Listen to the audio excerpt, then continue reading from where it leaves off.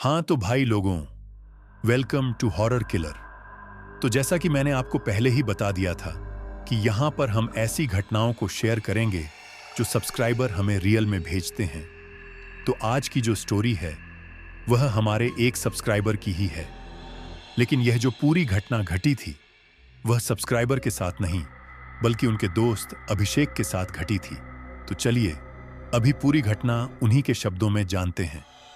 नमस्कार दोस्तों, आज हम जो स्टोरी आपको सुनाने जा रहे हैं वह घटना मेरे दोस्त अभिषेक की है। और जिस समय यह घटना हुई तब वह 24 वर्ष का था। वह बेरोजगार 24 वर्ष का था। वह बेरोजगार था और काम नहीं करना चाहता था। उसको एक आराम तलक जिंदगी चाहिए थी। उसको उसके पिता और घर वाले काम करने के लिए बहुत बोलते थे, मगर वह किसी की नहीं सुनता था और हमेशा काम न करने के बहाने देखता रहता था। वह चाहता था कि कैसे भी उसे बहुत सारे पैसे मिल जाएं और वह पूरी जिंदगी बिना काम किए आराम से गुजार ले।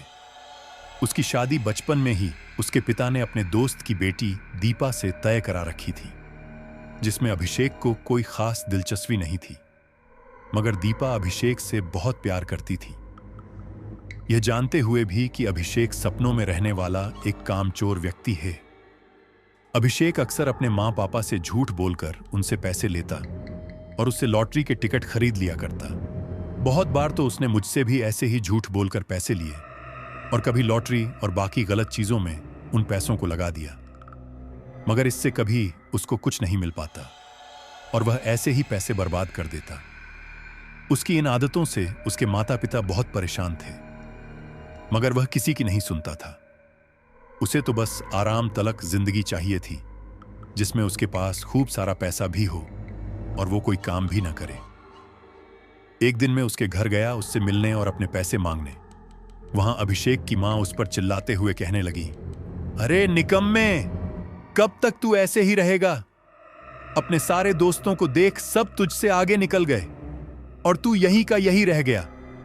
अरे जरा देख, उन्हें सब के सब काम धंधे पर लगे हैं और अपना घर चला रहे हैं। मैं जब भी उनके माँ बाप से मिलती हूं तो उनके माँ बाप तो उनकी तारीफ करते नहीं थकते। और एक मेरा बेटा है जो सिर्फ सपनों की दुनिया में खोया रहता है। अरे सपने देखने से घर नहीं चलेगा। आखिर तुझे इतना पढ़ाने लिखाने का हमें क्या फायदा हो रहा है? अरे हमारे लिए नहीं तो कुछ खुद के लिए सोच।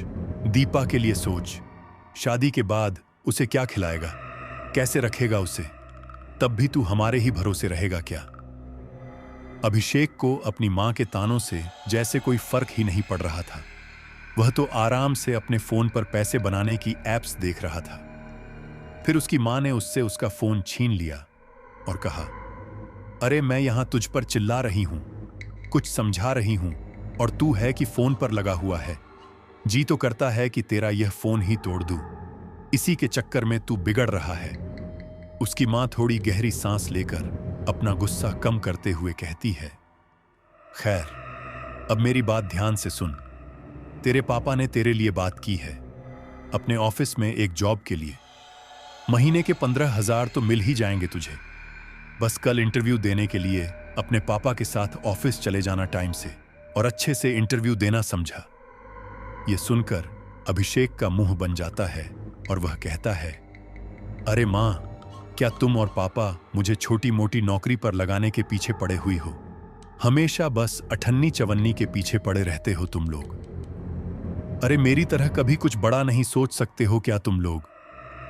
यह बोलकर अभिषेक अपनी मां को हाथ का इशारा कर अपने पास बुलाता है और धीरे से कहता है, मां, मुझे एक अच्छी सी वेबसाइट मिली है, मुझे बस 5,000 रुपए दे दो। मैं उन्हें इन्वेस्ट करूंगा और कुछ ही समय में पैसे डबल हो जाएंगे। इस पर उसकी मां गुस्से से कहती है, एक फूटी कौड़ी भी नहीं दूंगी तुझे। पहले भी तूने मुझे अपनी बातों में फंसाकर बहुत पैसे लिए थे, पर मिला क्या तुझे? उन पैसों का तो कोई हिसाब नहीं है और तू और पैसे मांग रहा है। अब तू काम करेगा और खुद पैसे कमाएगा। छोटी मोटी ही सही, मगर कुछ तो काम करेगा। इतने टाइम से खाली बैठकर और इन सब चक्करों में पड़कर क्या मिला तुझे? और 15,000 तुझे अठन्नी चवन्नी लगते हैं। पता है गली मोहल्ले में लोग तेरी कितनी बुराइयां करते हैं।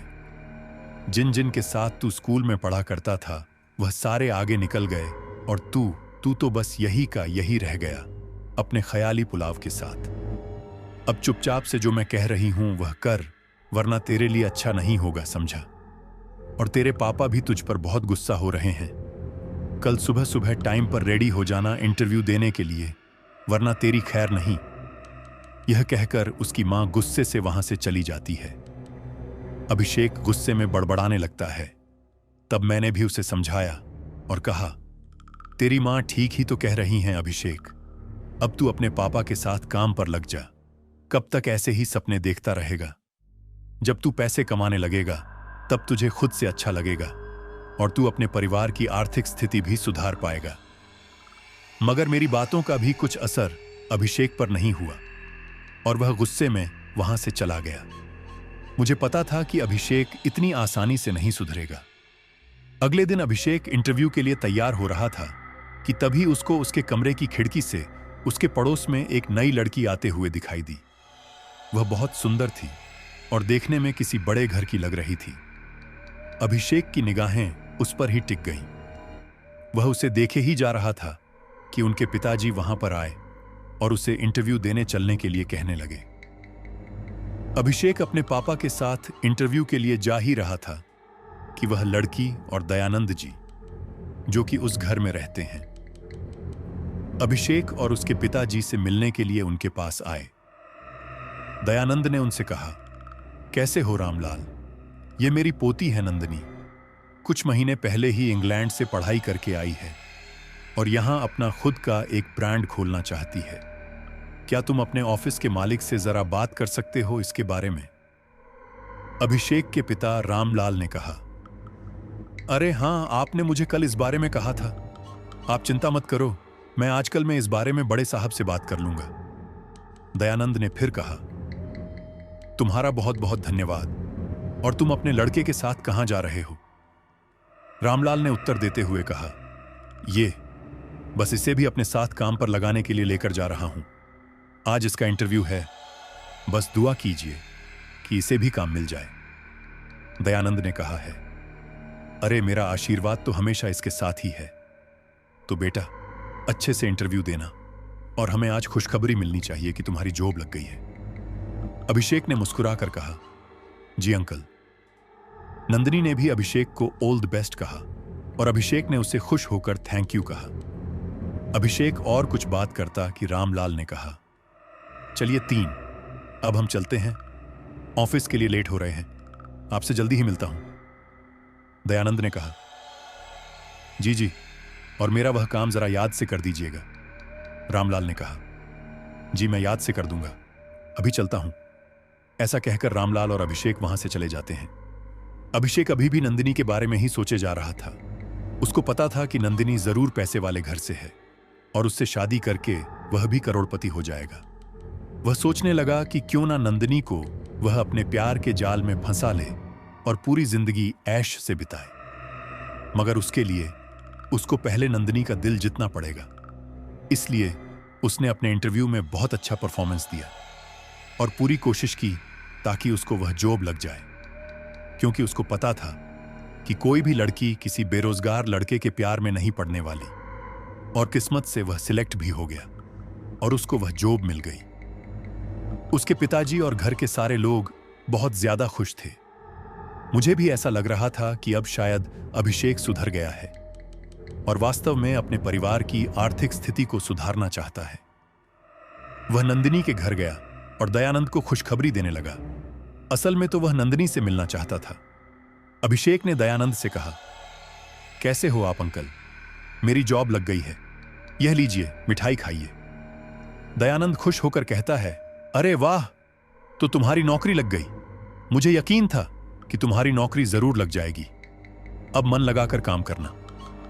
अभिषेक अपनी नजरें इधर उधर घूमने लगा और नंदिनी को ढूंढने लगा। वह कुछ देर तक दयानंद से ऐसे ही बातें करता रहा और नंदिनी का इंतजार करने लगा ताकि वह उसे भी अपनी नौकरी के बारे में बता पाए और उससे कुछ बात कर पाए। फिर कुछ ही देर में नंदिनी वहां आ जाती है और अभिषेक उसे देखते ही बहुत खुश हो जाता है। दयानंद नंदिनी से कहता है, अरे नंदिनी आओ, क्या तुम्हें यह याद है?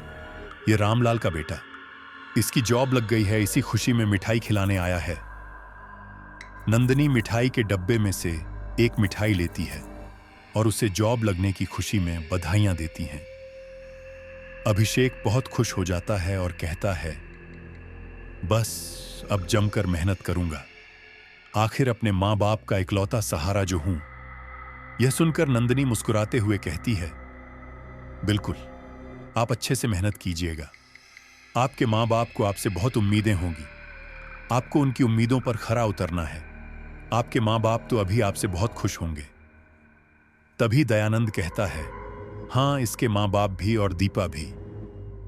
दीपा का नाम सुनते ही अभिषेक थोड़ा डर जाता है और उनकी बात काटने की कोशिश करता है। अभिषेक कहता है, अच्छा अंकल, तो और बताइए। तभी नंदिनी दयानंद से दीपा के बारे में पूछते हुए कहती है, यह दीपा कौन है दादाजी?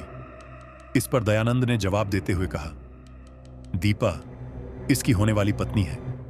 इन दोनों की शादी बचपन में ही तय हो गई थी। इन दोनों की सगाई भी पिछले साल हो चुकी 2 है। अब बस कुछ समय बाद इन दोनों की शादी भी हो जाएगी। फिर दयानंद अभिषेक से कहता है, सच में अभिषेक, मैं तो कहूंगा कि दीपा की वजह से ही आज तुम्हें यह नौकरी लगी है, क्योंकि दीपा हमेशा तुम्हारे अच्छे भविष्य के लिए भगवान से मिन्नतें करती रहती थी। वह अपने लिए भले ही कुछ ना मांगे, मगर तुम्हारे लिए हमेशा अच्छा ही मांगती थी। आज आखिरकार भगवान ने उसकी सुन ही ली। वह तो तुमसे भी ज्यादा खुश हो रही होगी तुम्हारी नौकरी लगने पर। नंदिनी इस पर कहती है, अरे वाह, इनकी शादी में मुझे भी बुलाना। और यह सब सुन के अभिषेक बहुत उदास हो जाता है, क्योंकि उसके सारे प्लान पर पानी फिर चुका था। आखिर कोई लड़की जिसकी पहले से ही मंगेतर हो, उससे शादी क्यों ही करेगी? और वह उदास मन से झूठी मुस्कुराहट के साथ उनको धन्यवाद करके वहां से चला जाता है और अपने घर जाकर सर पकड़कर बैठ जाता है। तभी उसको दीपा का फोन आ रहा होता है, मगर वह गुस्से में दीपा का फोन तक नहीं उठाता है और गुस्से में बड़बड़ाते हुए कहता है, पता नहीं मैं कैसे इन लोगों के बीच में फंस गया। यह सब कुछ मेरे पिताजी की वजह से हुआ है, जो उस अनपढ़ गंवार लड़की को मेरे पल्ले बांध रहे हैं। चाहे जो भी हो जाए, मैं उससे शादी नहीं करने वाला। मैं अपनी मर्जी का मालिक हूं। मैं भी देखता हूं कि कोई कैसे मेरे साथ जबरदस्ती करता है। और यह कहकर वह दीपा का नंबर ब्लॉक लिस्ट में डाल देता है। और वहां बेचारी दीपा यह सोचने लग जाती है कि आखिर अभिषेक उसके साथ ऐसा क्यों कर रहा है, मगर वह इस बारे में किसी से शिकायत भी नहीं करती, क्योंकि उसको पता था कि अगर उसने इस बारे में अपने मां बाप या फिर अभिषेक के मां बाप को बताया तो वह अभिषेक पर बहुत गुस्सा हो जाएंगे। इसीलिए वो इस आस में रहती है कि शायद अभी अभिषेक उससे गुस्सा है, मगर थोड़े समय बाद वो खुद से उससे बात करने लगेगा। उस बेचारी को तो यह भी नहीं पता था कि अभिषेक उससे सारे रिश्ते तोड़ चुका है और उसके मन में तो अब बस नंदिनी को पाने की भूख थी। एक दिन उसने अपनी मन की बात नंदिनी को कह ही दी और साथ ही उसने यह भी कहा कि दीपा के साथ उसकी शादी अब टूट चुकी है और वह सगाई सब उसकी मर्जी के खिलाफ हो रहा था और वह कभी भी दीपा से प्यार नहीं करता था। एक लंबी सांस भरने के बाद उसने नंदिनी से कहा कि वो तो उसे पसंद करता है और उसी से शादी करना चाहता है, ना कि दीपा से। अभिषेक की यह सब बातें सुनकर नंदिनी बुरी तरह से चौंक गई और भड़क उठी और उसने अभिषेक से गुस्से से कहा, क्या तुम्हें बिल्कुल भी शर्म नहीं आती है अभिषेक? मेरे दादाजी ने बताया था मुझे कि कैसे दीपा हमेशा तुम्हारी चिंता करती रहती है। काम पर तो तुम अब जाकर लगे हो। इतने सालों से तो तुम घर पर बैठे हुए थे और बस इधर उधर पैसे लगाकर या लॉटरी की टिकटें खरीदकर अपने मां बाप का पैसा खराब कर रहे थे। मेरे दादाजी ने बताया कि जब भी दीपा तुम लोगों के साथ और मेरे दादाजी के साथ मंदिर जाया करती थी, तब वह बस तुम्हारे लिए ही मन्नत मांगा करती थी कि तुम्हें एक अच्छी सी नौकरी मिल जाए और तुम हमेशा खुश रहो। और अब जब तुम्हें नौकरी मिल गई है तो तुम उसी को धोखा दे रहे हो और तुम्हें लगता है कि तुम्हारे जैसे धोखेबाज से शादी करके मैं तुम्हारे पापों में भागीदार बनूंगी। बिल्कुल भी नहीं। तुम्हारे जैसे घटिया इंसान की तो मैं शक्ल भी देखना पसंद न करूं। अब निकल जाओ यहां से, इससे पहले कि मैं सिक्योरिटी को बुला लूं और वह तुम्हें यहां से धक्के मार के निकाले और हर किसी को पता चल जाए कि तुम कितने घटिया इंसान हो। यह सब सुन के अभिषेक वहां से बिना कुछ कहे निराश होकर चला जाता है। मगर इतना सब कुछ सुनने के बावजूद भी अभिषेक के अंदर अभी भी नंदिनी को पाने की इच्छा थी, क्योंकि वह जानता था कि जिस तरह की जिंदगी वह चाहता था वह सिर्फ नंदिनी ही उसे दे सकती थी। और वह फिर से सोचने लगा कि वह कैसे नंदिनी के दिल में अपने लिए प्यार ला पाए।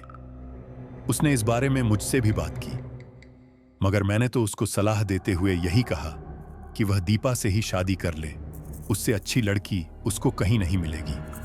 और उसके बाकी दोस्तों ने भी उसको यही समझाया कि वह दीपा से ही शादी कर ले, किसी और के सपने ना देखे, क्योंकि दीपा से ज्यादा प्यार करने वाली लड़की उसे कहीं नहीं मिलने वाली। वह तो बहुत किस्मत वाला है कि आजकल के जमाने में उसे दीपा जैसी इतनी अच्छी और प्यार करने वाली लड़की मिली है। मगर अभिषेक कहाँ ही किसी की सुनने वाला था। हम सब दोस्तों के इतना समझाने के बावजूद भी उसने दीपा से बात नहीं की, बल्कि उसने हमसे भी बात करना छोड़ दिया और अकेला अकेला सा रहने लगा। वह अपने काम पर भी ज्यादा मन नहीं लगाता था और हमेशा गलतियां करता था, जिसकी वजह से उसके पिताजी भी उस पर अक्सर नाराज हुआ करते थे। उसके घर में यह किसी को भी नहीं पता था कि उसने दीपा से बात करना छोड़ दिया है, और ना ही हमने उसके परिवार में से किसी को इस बारे में बताया था। हमने सोचा कि अभिषेक का दिमाग जल्दी ही ठंडा हो जाएगा और वह अपने आप दीपा से बात करने लगेगा। मगर हमें क्या पता था कि अभिषेक तो अभी भी नंदिनी से शादी करने के ही सपने देख रहा था। फिर एक दिन जब अभिषेक अपने ऑफिस जा रहा था तो रास्ते में उसकी मुलाकात अपने एक पुराने दोस्त रवि से हुई, जो शहर की सबसे बड़ी कंपनी में काम पर लगा हुआ था। अभिषेक ने रवि से पूछा कि अचानक से उसे इतनी बड़ी कंपनी में काम कैसे मिल गया। उसे तो कोई छोटी मोटी कंपनी में भी काम पर नहीं रख रहा था, फिर अचानक से क्या चमत्कार हो गया। इस पर रवि ने उसे जवाब देते हुए कहा, हां मेरे भाई, तूने सही कहा, चमत्कारी ही तो हुआ है। अभिषेक माथे पर शिकन के साथ पूछता है, क्या मतलब? मैं कुछ समझा नहीं। रवि ने धीरे से बताया, मुझे एक बाबा के बारे में पता चला है। वह एक चमत्कारी बाबा है। मैं उनके पास अपनी यह नौकरी वाली परेशानी लेकर गया था। उन्होंने ही अपने चमत्कार से मेरी नौकरी लगवाई है। इस पर अभिषेक ने कहा, क्या बात कर रहा है? रवि से उसे विश्वास दिलाते हुए कहा, हां अभिषेक, मैं सच कह रहा हूं। उनके चमत्कार की वजह से ही मेरी नौकरी लग पाई है, और वह भी शहर की सबसे बड़ी कंपनी में। अभिषेक इस पर कहता है, अगर तू सच बोल रहा है तो मैं भी उनसे मिलना चाहूंगा। इस पर रवि ने उससे पूछा, मगर तू क्यों मिलना चाहता है उससे? तेरी नौकरी तो लग गई है, तेरी जिंदगी में तो दीपा जैसी इतनी अच्छी लड़की भी है, तेरी जिंदगी तो सेट है, फिर तुझे क्या चाहिए? इस पर अभिषेक झूठ बोलते हुए कहता है, अरे मुझे तो बस जानना है कि वह है कौन और कहां पर रहते हैं, ताकि बाद में अगर फ्यूचर में मुझे उनकी जरूरत पड़े तो मैं उनसे मिल पाऊं। तू मेरी इतनी सी मदद नहीं करेगा क्या? रवि उसकी बातों में आ जाता है और उसे बाबा का एड्रेस और नंबर सब दे देता है, और ऐसे ही वह दोनों थोड़ी और देर बात करते हैं और फिर रवि वहां से चला जाता है। मगर अभिषेक इतना उत्तेजित होता है कि वह उसी दिन अपने ऑफिस ना जाके उस बाबा से मिलने जाता है। वहां जाकर अभिषेक बाबा से मिलता है और उनको बताता है कि वह एक लड़की से बहुत प्यार करता है, मगर वह लड़की उससे नफरत करती है। वह चाहता है कि वह लड़की उससे प्यार करने लग जाए। इस पर बाबा उसे कहते हैं, ठीक है, मैं तुम्हारी परेशानी समझ गया, तो तुम चाहते हो कि मैं उस लड़की के ऊपर वशीकरण करूं जिससे वह तुम्हारी हो जाए। इस पर अभिषेक कहता है, जी हां बाबा जी, मैं इतना कुछ तो नहीं जानता, बस चाहता हूं कि आप उसके ऊपर कुछ ऐसा करें जिससे वह हमेशा के लिए मेरी हो जाए, मगर कुछ ऐसा कीजिए कि वह मरते दम तक सिर्फ मेरा ही नाम ले। मेरे अलावा उसको और कोई भी लड़का पसंद ही ना आए। वह मुझे इतना ज्यादा चाहने लग जाए कि उसको हर समय बस मेरा ही ख्याल आए और वह मुझसे शादी करने के लिए कुछ भी करने को तैयार हो जाए। कोई ऐसा शक्तिशाली वशीकरण और इसके बदले में आप जितने चाहो मैं आपको उतने पैसे दूंगा। बाबा उसकी बात मान लेते हैं और कहते हैं, ठीक है, मैं एक ऐसा वशीकरण करूंगा उस लड़की के ऊपर कि वह तुम्हारे बिना नहीं रह पाएगी और हमेशा बस तुम्हारे बारे में ही सोचेगी और तुमसे शादी भी करेगी। बस मैं जैसा जैसा कहूं तुम वैसा वैसा करते जाना। फिर बाबा अभिषेक के साथ मिलकर एक वशीकरण की विधि शुरू करते हैं और फिर आखिर में अभिषेक को एक लड्डू देते हैं और कहते हैं कि यह उसे कैसे भी उस लड़की को खिलाना होगा जिसको वह चाहता है। जब वह वो लड्डू खा लेगी तो थोड़े ही समय बाद वह उसके प्यार में पागलों की तरह पड़ जाएगी। फिर उसे दुनिया में अगर कोई चाहिए होगा तो वो अभिषेक ही होगा और उसको पाना ही उसका मकसद बन जाएगा और वह पूरी दुनिया में सबसे ज्यादा उसी से प्यार करेगी।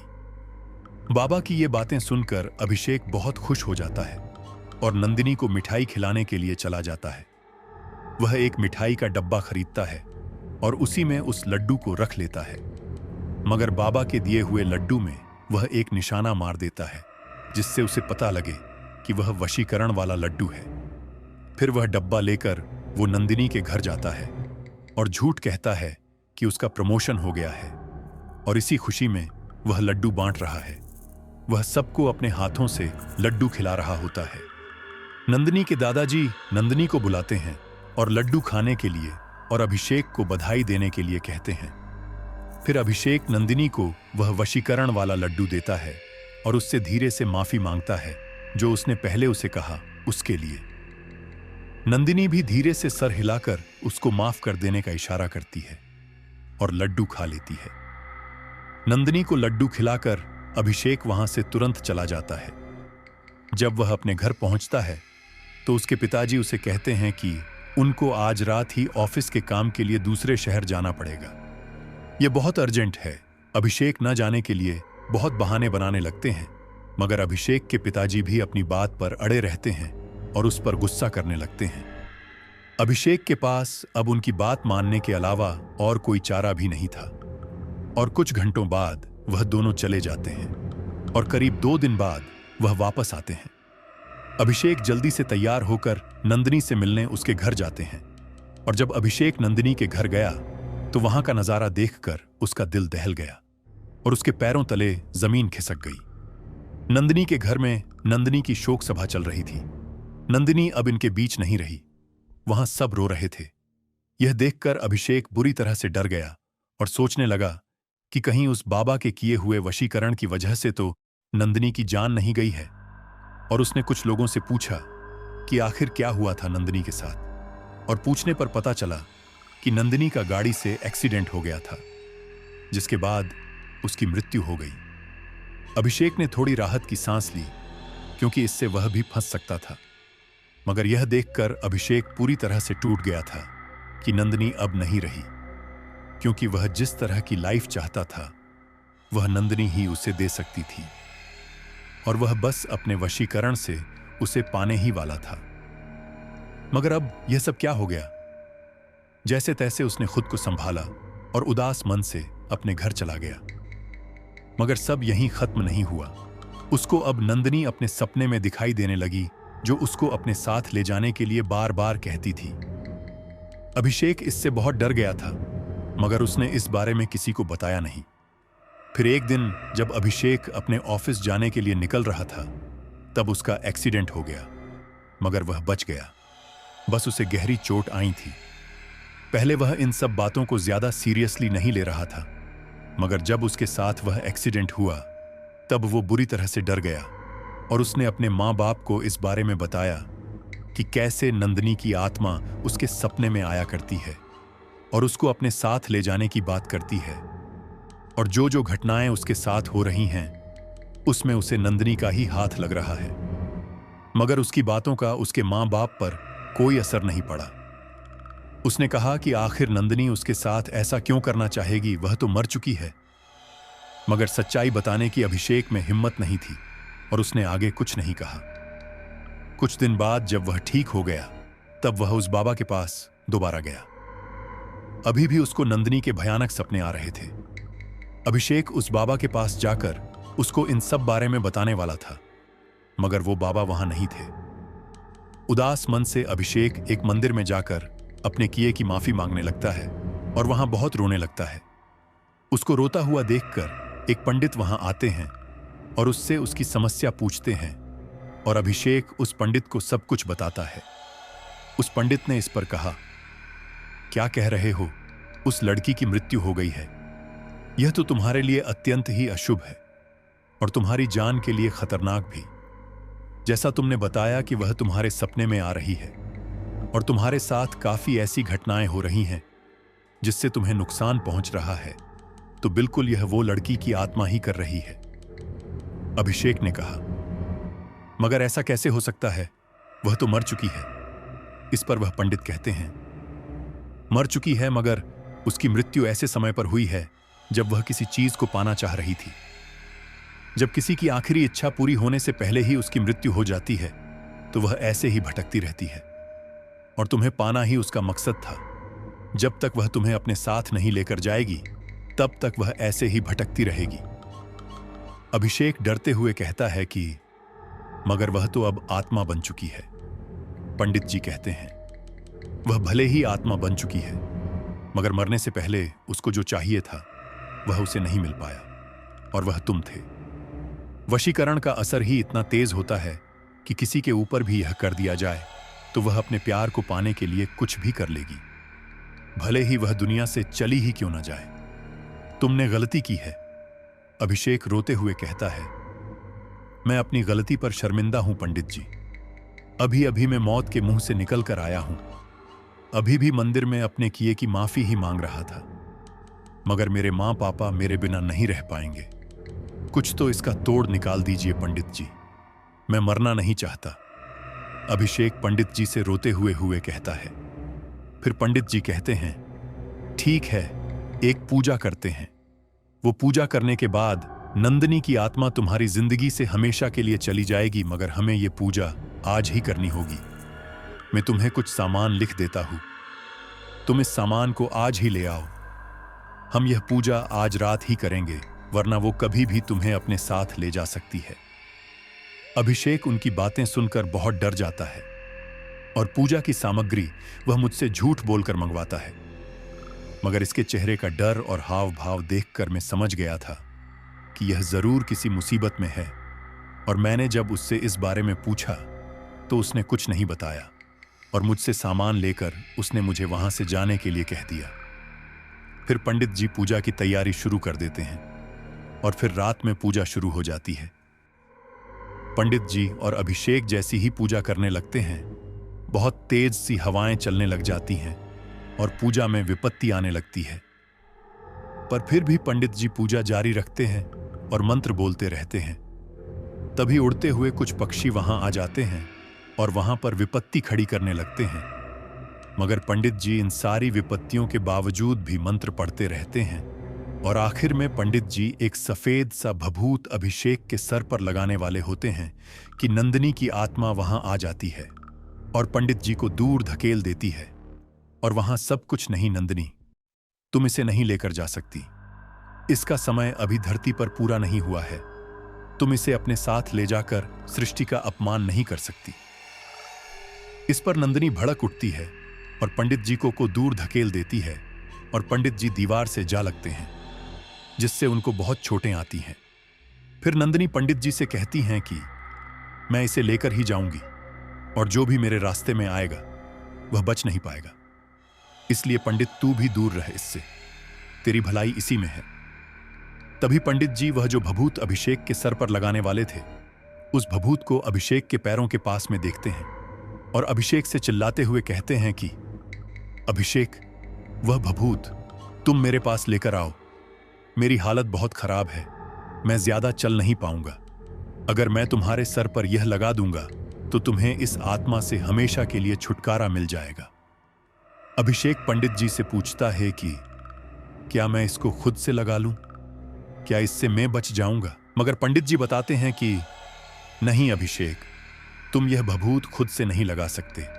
जब यह तुम्हारे सर पर कोई और लगाएगा तभी यह काम करेगा, इसलिए तुम इसे मेरे पास लेकर आओ। अभिषेक वो भभूत लेकर पंडित जी के पास जा ही रहा होता है कि नंदिनी पंडित जी को दोबारा दीवार से पटक देती है और जिसकी वजह से पंडित जी वहीं बेहोश दस हो जाते हैं। और अब नंदिनी और अभिषेक आमने सामने होते हैं और नंदिनी अभिषेक से कहती है, चलो अभिषेक, अब मेरे साथ चलो, बहुत हो गया तुम्हारा ड्रामा। अगर तुम चुपचाप मेरी बात मानकर मेरे साथ चलोगे तो मैं तुम्हें आरामदायक मौत दूंगी, मगर अगर तुमने मेरे साथ जाने से मना किया तो तुम मेरा गुस्सा देखोगे। मगर अभिषेक अभी भी न जाने के लिए विनती करने लगता है। अभिषेक वहीं रोने लग जाता है और नंदिनी के आगे हाथ जोड़कर गिड़गिड़ाने जाने लग जाता है। और यह सब देखकर नंदिनी को बहुत तेज गुस्सा आता है और वह अभिषेक को इधर उधर दीवार पर पटकने लगती है, जिससे वह भभूत अभिषेक के हाथ से गिर जाता है। थोड़ी ही देर में अभिषेक लहूलुहान हो जाता है। नंदिनी अभिषेक को ऐसे मार ही रही होती हैं कि वहां मैं और अभिषेक के मां बाप आ जाते हैं। हम लोगों को देखकर अभिषेक हमसे भी उसको बचाने के लिए मिन्नतें करने लगता है। अभिषेक के माता पिता नंदिनी के आगे हाथ जोड़कर अभिषेक को बख्श देने की गुजारिश करने लगते हैं, मगर नंदिनी उन्हें भी जोरदार धक्का देकर दीवार से पटक देती है। तभी मैं वहां पर आता हूं और नंदिनी को उकसाने लगाता हूं, तुम कितनी मतलबी हो नंदिनी, तुम अपने स्वार्थ के लिए अभिषेक की जान लेना चाहती हो। अरे क्या तुम भूल गई कि इसकी तो सगाई हो चुकी है और जल्दी ही इसकी शादी भी हो जाएगी और तुम कुछ नहीं कर पाओगी। ऐसा कहकर मैं जोर जोर से हंसने लगा।